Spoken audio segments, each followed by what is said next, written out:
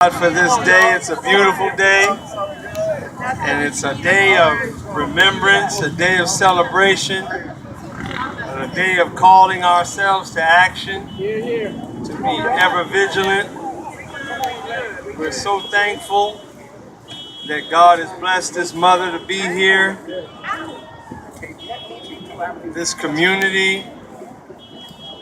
We're thankful. And greet all of you in the greetings of peace. We say it in Arabic, Assalamu alaikum. Peace be unto you.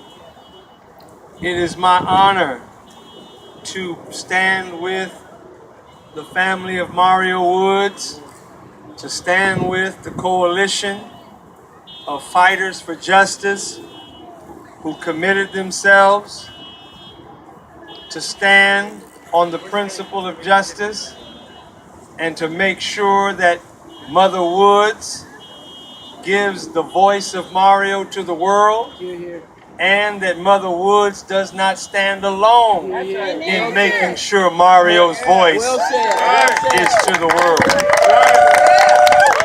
Mario has a voice. Mario is speaking to the world because of the Justice for Mario Woods coalition, made up of black, brown, Asian, Native American, white, young, old, men and women who came together on 3 points. We may not agree on every aspect of justice or principles of faith or whatever other differences we may have, but we came together on 3 points. That's it. And that was that this chief had to go. He had too much blood on his hands. Doesn't mean that he wasn't a nice guy and didn't understand the political system and made friends in various communities, but we in the black community have a different relationship with law enforcement.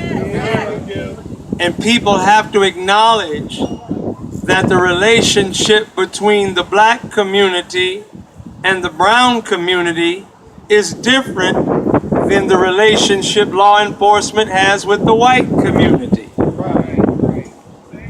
Policing started with slave catching, and we were the slaves.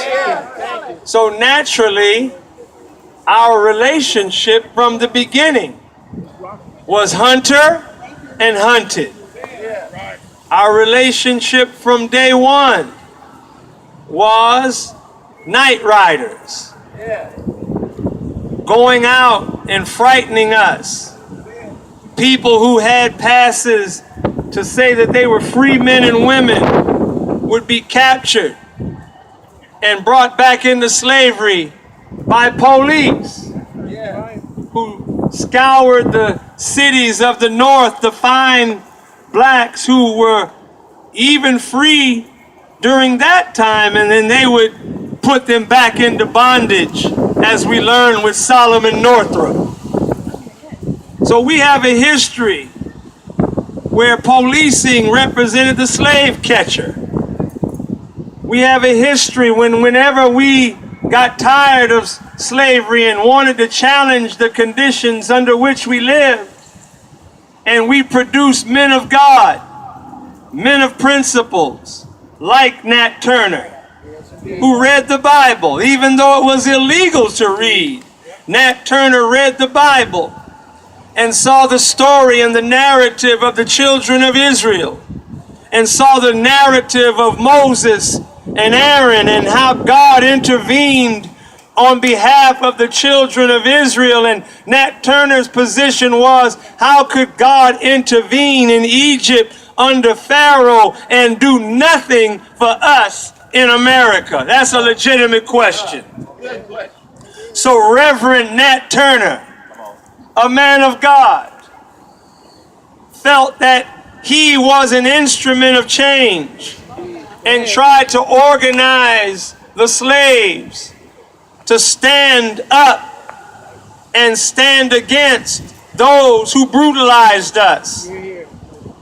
And Nat Turner inspired those to stand up. He's a hero of ours. But Nat Turner sparked fear in those slave owners and slave property owners of which we were considered property. And out of Nat Turner's revolt, out of Denmark Vesey's revolt, out of Gabriel Prosser's revolt, grew militias in Virginia and South Carolina who organized themselves to oppose the legitimate aspirations of the slaves to be free. And it's from those militias that you get modern day policing. So the DNA of policing has been and has always been slave catching, putting down slave revolts, and protecting slave owners' property.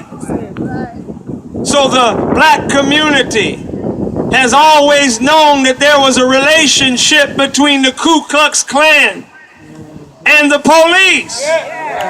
That you'd wear the badge by day and put on the hood by night. That's reality. So today it's disingenuous for anyone to say all Americans should view police the way the white dominant society views police. We have a different history, and that history has to be acknowledged. How could we view the police in a proper light when they have been the occupying army against our community? It was the police that sick dogs on the civil rights worker. It was law enforcement, Bull Connor and others, that beat innocent people, killed innocent men, women, and children that just wanted to eat at a lunch counter and just wanted to desegregate public accommodations. Yet the law enforcement agencies, the police departments of Birmingham and Montgomery and Selma were brutal against us. And it sparked a movement of those young brothers and sisters who saw it on television and determined that enough is enough. And out of that cry for self-defense, we have the Black Panther Party for self-defense. And we have with us one of the leaders of that movement. Not just in the past. She didn't get tired and say, well, I fought the good fight, I'm done now.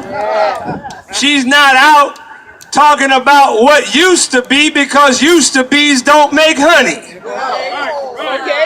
But this woman is on the front line today.